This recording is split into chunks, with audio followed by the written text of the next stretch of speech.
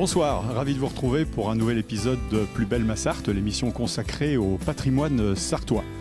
Ce soir, la caméra d'LMTV s'est arrêtée du côté de Ballon-Saint-Marc, où comme vous pouvez le voir sur ces images, nous sommes au donjon de Ballon, un endroit formidable à visiter durant l'été.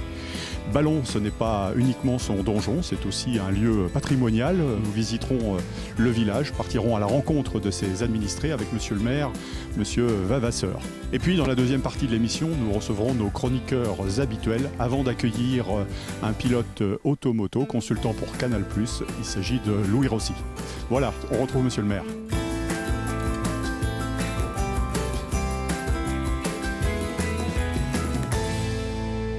Ben voilà, on se retrouve aujourd'hui à Ballon-Saint-Marc, à une vingtaine de kilomètres du Mans, dans un lieu, comme vous pouvez le voir sur ces belles images, très verdoyant, avec Maurice Vavasseur, qui est le maire de cette commune. Bonjour monsieur le maire. Bonjour. Alors est-ce que vous pouvez nous présenter Ballon-Saint-Marc, qui depuis 2016, on peut dire c'est une fusion, c'est un nouveau mariage, puisque ça a déjà existé par le passé. Oui, absolument. Alors, si on présente Ballon-Saint-Marc, on le présente aussi en chiffres, peut-être déjà d'indiquer que c'est une commune donc, de 2290 habitants, donc pas loin de 2300. On vient de refaire un recensement qui devrait nous conforter effectivement dans ce chiffre-là. C'est une superficie importante de 3000 hectares. Voilà. Et donc, Ballon-Saint-Marc, c'est effectivement issu d'un regroupement de deux communes historiques. Ballon, qui était anciennement chef-lieu de canton, et puis Saint-Marc-sous-Ballon, quoi. Après, cette commune de Ballon-Saint-Marc, comme je viens de le dire, une grande surface, donc des espaces naturels extrêmement importants. D'abord sur une activité agricole qui est très importante. On a une vingtaine d'exploitations et d'exploitations très variées, soit effectivement de l'exploitation en agriculture conventionnelle ou en agriculture biologique. Voilà. Bon, donc ça, c'est l'activité agricole. Et à côté de ça, on a aussi des espaces naturels très intéressants qu'on essaie de valoriser. On a notamment un espace dit naturel sensible, dit du Coteau des Buttes, qui est un espace d'un peu plus de 4 hectares sur lequel on a une flore très intéressante, des orchidées, et puis des espaces naturels comme vous voyez ici, des jardins publics, celui ici qui est l'ancien jardin de la maison de retraite, la place du champ de foire, des jardins également autour de l'EHPAD de Maine-Cœur de Sarthe, maison de retraite, quoi. Puis il faudrait citer bien évidemment, et d'abord commencer par cela, les jardins du donjon, parce que c'est quand même ceux-là les plus remarquables effectivement sur la commune, quoi. Au-delà de ces espaces naturels, on a bien évidemment une collectivité qui est bien équipé, ancien chef de canton, ça veut dire qu'il y a un certain nombre de services publics présents sur cette commune, mais évidemment la mairie, qu'on a étoffé dans ses services, puisque maintenant on a intégré il y a peu l'agence postale communale. C'est aussi une mairie qui est labellisée France Service, c'est-à-dire qui permet d'accompagner les usagers sur un certain nombre de démarches administratives de premier niveau. Un EHPAD, Maine-Cœur de Sarthe, 70 lits. On a un projet de restructuration, de rassembler l'ensemble des sites de l'école, qui est actuellement sur 3 sites, sur 2 sites essentiels sur Ballon. Donc on est sur un projet important, 2 500 000 euros d'estimé, qui va porter à la fois sur la restructuration de l'école maternelle, et puis aussi sur une extension de réhabilitation de la restauration scolaire qui est située sur le haut du champ de foire. Ça, c'est un gros projet.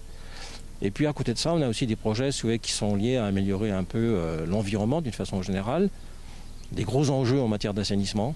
On a un programme qu'on va démarrer cette année à 1 500 000 de restructuration de réseau, où on va séparer effectivement les eaux pluviales des eaux usées pour soulager nos stations d'épuration qu'on espère maintenir encore de nombreuses années. Un mot sur les associations peut-être, qui sont assez nombreuses aussi ici sur Ballon-Saint-Marc. Oui, on a pas loin d'une quinzaine d'associations qui ont une activité plus ou moins intense, mais on a notamment des activités sportives significatives, un club de foot où il y a une centaine de jeunes qui sont là quotidiennement, un club de hand qui fonctionne extrêmement bien également, un club de judo, voilà.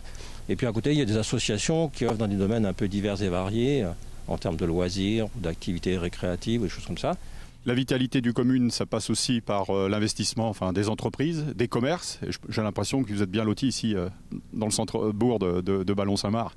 Et c'est vrai qu'en matière de commerce, ici, on a tout ce qu'il faut pour pouvoir s'alimenter, se soigner. On a ici une maison de santé pluridisciplinaire qui est bien dotée, où on a 5 médecins, ce qui est quand même assez rare. Une pharmacie, kiné, ostéo, dentiste. Pour se soigner, ça fonctionne très très bien. En termes d'alimentation aussi, en matière de transport également, où on n'est pas très loin du train à Montbiseau, 4 km. On a développé sur la commune un service d'autopartage avec des voitures électriques que les gens peuvent utiliser. Demain, nous aurons une ligne express entre Ballon et Saint-Marc et Le Mans, en complémentarité des services qui existent déjà en matière de transport interurbain, quoi. Bon, merci monsieur le maire, on se retrouve tout à l'heure.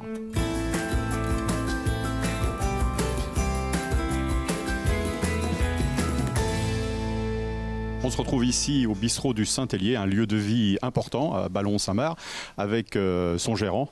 Bonjour, Richard Gautelier. Bonjour. Bonjour. Alors, pourquoi le nom au bistrot du Saint-Hélier ? Disons, quand on a réouvert le restaurant avec l'aide de la mairie, il était prévu de l'appeler au bistrot. Historiquement, la famille Saint-Hélier, début du XXe siècle, avait ouvert ce lieu. Donc la mairie m'a demandé si on pouvait garder une partie de ce nom. Donc on a fait le choix de jumeler au bistrot et Saint-Hélier, de l'appeler au bistrot du Saint-Hélier. Vous êtes ouvert toute la semaine et je crois même que vous vous consacrez le week-end à quelques extras pour des mariages, voire autres. Voilà, donc moi l'activité principale ici, le projet, c'est le bistrot ouvrier le midi, donc ouvert du lundi au vendredi, toute l'année, 5 semaines de fermeture, 3 mois en août, une semaine à Noël et une semaine en février. Un vendredi soir par mois, soirées à thème qui sont en règle générale toujours complètes. Et puis du traiteur le week-end avec les associations. Ballon, il y a quand même un gros pouvoir associatif, beaucoup d'associations sur Ballon qui nous font beaucoup travailler. Un peu de tourisme peut-être aussi. Vous arrivez de voir des gens passer ici qui viennent visiter le village? Oui, alors l'été, on a quelques clients. C'est une clientèle. Alors, on va pas parler du bord de mer, on n'en est pas là non plus, mais avec les chambres au-dessus, on a quand même des gens de passage, des anciens habitants de Ballon, des gens qu'on connaît qui viennent passer la petite semaine au-dessus et qui viennent. Des Anglais. A priori, c'est le passage de l'Angleterre par ici. Ouais. C'est le passage de l'Angleterre vers l'Espagne. Pas mal d'Anglais qui s'arrêtent. Et puis quelques événements comme les 24 heures, le Mans Classique qui font un petit peu de passage, quoi. Voilà. Merci Richard.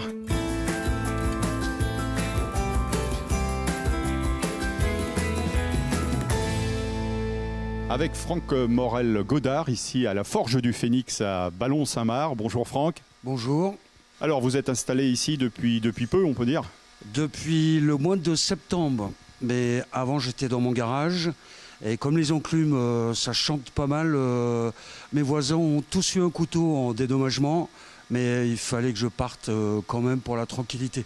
Alors tel le Phénix, vous renaissez de vos cendres, on peut dire, puisque c'est une seconde nature ici. Votre métier de forgeron? Oui, voilà, c'est ça. Après quelques moments très bas, j'ai commencé à faire des couteaux et je me suis dit, si je me mets à mon compte, ça s'appellera la Forge du Phénix, parce que ça renaît de ses cendres. C'est quelque chose justement auquel vous pensiez depuis déjà un moment, à faire ce travail d'art, on peut dire aussi? Oui, c'est ça. Ça fait 10 ans que je fais des couteaux. Au début, je vendais aux copains par-ci, par-là. Et puis, c'est ma banquière qui m'a dit ce serait bien de régulariser un peu les choses. Donc, j'ai fait ma micro-entreprise et je regrette de ne pas l'avoir fait plus tôt. Alors là, vous vous éclatez, vous travaillez pour les professionnels, pour les particuliers surtout? Alors oui, pour les professionnels, les particuliers, et ça m'a permis de développer les stages. Les gens viennent le matin et ils font leurs couteaux eux-mêmes et le soir ils repartent avec leurs couteaux opérationnels pour couper le saucisson de l'apéro. Bon, très bien, donc les gens qui souhaitent vous faire travailler, vous rencontrer, peuvent venir ici. On est sur à quel endroit exactement ici? C'est 40 rue des Moulins. Merci Franck.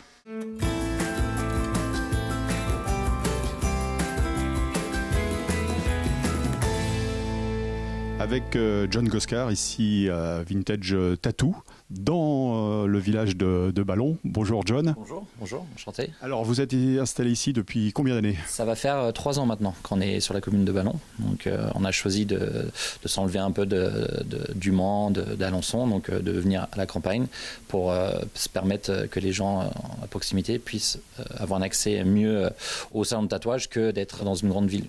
Et vous étiez déjà installé avant quelque part? C'est une vocation pour vous? Vous avez toujours été tatoueur? Depuis 10 ans que je suis dans le tatouage. Donc j'ai commencé à la vingtaine et voilà, j'arrive sur la trentaine et je suis toujours dans le milieu. Donc c'est un milieu de passionnés.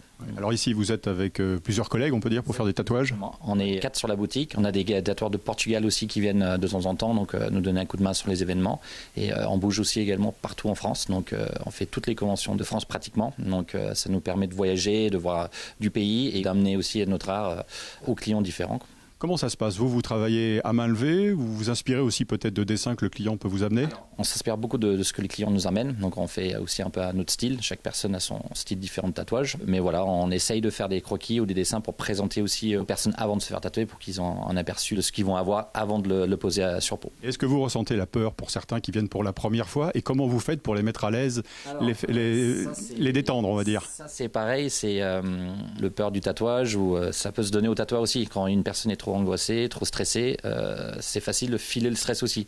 Donc nous, c'est notre boulot de parler avec la personne, de le rassurer, de rigoler un peu avec la personne aussi. Ça permet de casser un peu l'ambiance et d'apaiser tout le monde avant la séance. Merci John.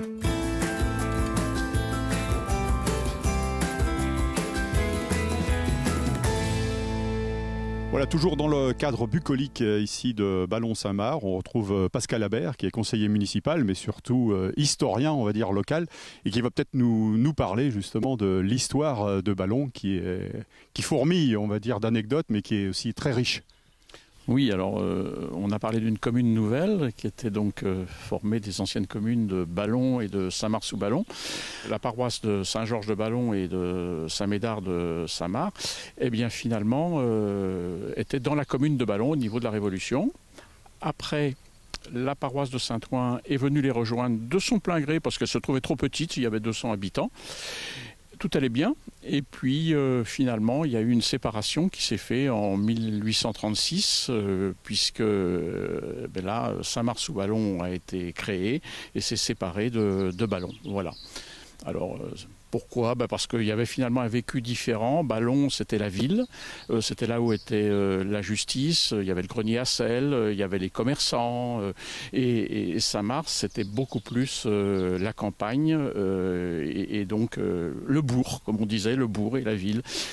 Alors, cette séparation a duré 180 ans, ce qui est quand même énorme. Et puis, finalement, les intérêts convergent, les agglomérations se touchent, se rejoignent, et elles se sont rassemblées en 2016. Voilà.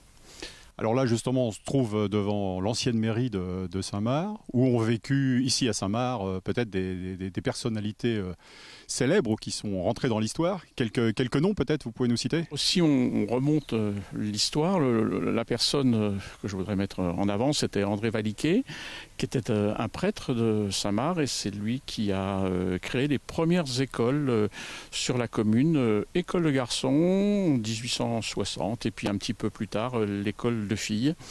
Donc on avait déjà des enfants qui apprenaient à lire et à écrire. On n'était pas une campagne reculée, et il y avait derrière une ouverture. Et donc, autre personnage célèbre, le général Coutard, qui lui est ballonnais, général napoléonien, qui a parcouru l'Europe, qui a été en Russie, qui a été en Allemagne et au Portugal, enfin vraiment qui a suivi Napoléon dans tout son parcours. Et puis qui est un bienfaiteur de Ballon, puisqu'il a participé à la construction de l'église, et puis qui a donné le champ de foire, un lieu important de notre commune. Merci Pascal. Voilà, on va justement prendre un petit peu de hauteur et se rendre tout de suite au donjon de Ballon.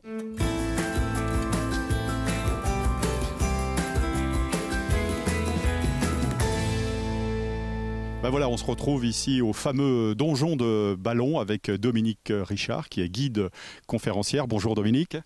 Bonjour à tous et bienvenue au donjon de Ballon. Eh bien écoutez, justement, est-ce que vous pouvez nous parler un petit peu de la genèse de cette histoire ? Alors l'histoire commence un jour quand, comme vous, un homme va passer le portail en fait de ce site, et il va tomber éperdument amoureux de cet endroit. Donc il s'appelle Jean Guéroux, il est accompagné donc de son épouse Béatrice, et ils décident ensemble en fait de s'organiser, c'est-à-dire que pendant que Jean va s'occuper de tout l'extérieur du site, eh bien son épouse Béatrice va s'occuper de toute la restauration et l'ameublement du donjon.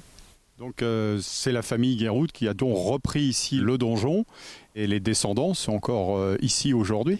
Tout à fait. Le patrimoine en fait est géré par cette famille, et puis les générations futures en fait commencent à reprendre un petit peu la succession. Un petit mot peut-être sur cette construction entre le 11e et le 14e siècle, qui on le voit aujourd'hui est quand même resté en super bêta. Alors c'est une forteresse en fait médiévale. Ballon, c'est d'abord une forteresse militaire qui a été conçue dans un but bien précis, c'est-à-dire défendre pour arrêter les invasions. Donc on a ici une forteresse donc, en pierre sur un éperon rocheux qui a été construite en 1005 et qui va se situer en haut et à la fin d'un plateau, qui est le plateau du Mans, sur une hauteur avec une vue sur tout le nord du département. Pourquoi ? Parce que l'assaillant vient du nord. Et donc, il y a un point et un sens stratégique qui est lié à Ballon. On dit justement que par beau temps, on peut apercevoir le Saunois d'ici, de cette altitude. On a vraiment en fait une vue à 280 degrés avec effectivement une portée en fait à plus de 40 km avec la vue de 33 villages et clochers. Donc juste à côté de ce donjon, pour les visiteurs, on peut aussi découvrir un jardin magnifique.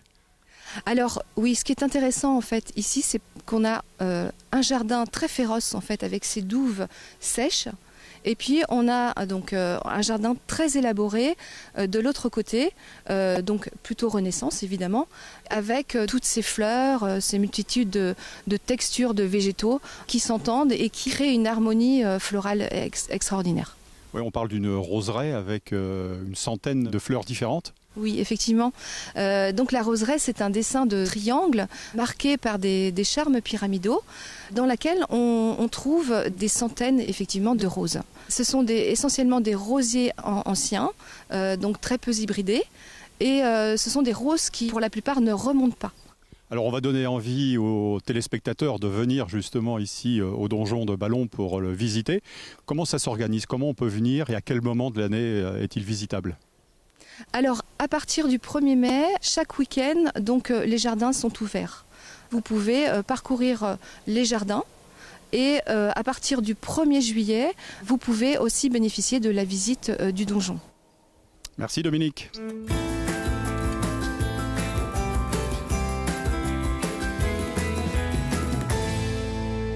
On se retrouve maintenant pour le mot de la fin, puisqu'on arrive au terme de cette émission consacrée aujourd'hui à Ballon-Saint-Marc. Nous sommes juste devant l'église Saint-Médard, justement ici à Saint-Marc, avec monsieur le maire, monsieur Vavasseur, un endroit que vous soyez justement rendre plus dynamique dans les années qui viennent. Donc on a vraiment un ensemble très très important. Et dans lequel, effectivement, il y a des parties de bâtiments sur lesquelles on n'a pas d'activité aujourd'hui et pour lesquelles on réfléchit effectivement à une reconversion en termes d'activité de cet ensemble-là. Et dans ce cadre-là, le fait qu'on soit petite ville de Mans nous a permis de répondre à une démarche dans laquelle on a associé les habitants, et notamment sur ce secteur-là, où les habitants ont montré un fort attachement à ce site-là, parce qu'au-delà de l'ensemble patrimonial, il y a aussi tout cet environnement d'espace vert. On est ici sur un espace, si vous voulez, qui fait à peu près 12 000 m², dont 6 000 m² consacrés au bâtiment, quoi. Donc il y a vraiment un enjeu très important. Et ça, on ne peut pas faire ça tout seul, parce que la collectivité, elle a des enjeux par ailleurs en termes d'équipement, d'investissement. Mais on a déjà fait un petit choix au niveau de l'équipe municipale, qui est de considérer effectivement l'église, bien évidemment, c'est une priorité. Elle va faire l'objet d'une réhabilitation, d'un diagnostic sanitaire dans un premier temps, pour ensuite déboucher sur une programmation. Le restaurant, on a vu, les meublés, ça fonctionne. L'ancienne mairie, c'est un bâtiment qu'on tient absolument à conserver, mais dans lequel on veut réintroduire de l'activité.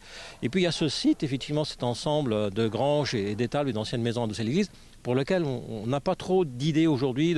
Et donc l'idée de lancer un appel à projet, voilà, dans lequel on va indiquer quelles sont nos orientations quand même en termes d'aménagement, nos attentes en termes d'activité, et auxquelles on souhaite effectivement trouver peut-être possiblement des porteurs ou un porteur de projet. Bon, merci monsieur le maire de nous avoir parlé, de nous avoir présenté cette commune d'avenir, on peut dire. Oui, d'ailleurs c'est son label. Hein. Voilà. Petite ville de demain. Voilà, ça porte bien son nom, même si au-delà du concept, si vous voulez, c'est peut-être un mot un peu pompeux, mais ça veut quand même dire quelque chose en termes d'orientation et de perspective pour l'équipe municipale. Voilà, merci à vous. Merci. Merci, restez avec nous bien évidemment puisqu'on va se retrouver dans quelques instants pour la deuxième partie de l'émission avec nos chroniqueurs habituels et puis dans un troisième temps avec un invité qui sera aujourd'hui Louis Rossi, un pilote éclectique puisqu'il fait de la moto, de l'auto, qu'il est également consultant pour Canal+. À tout de suite.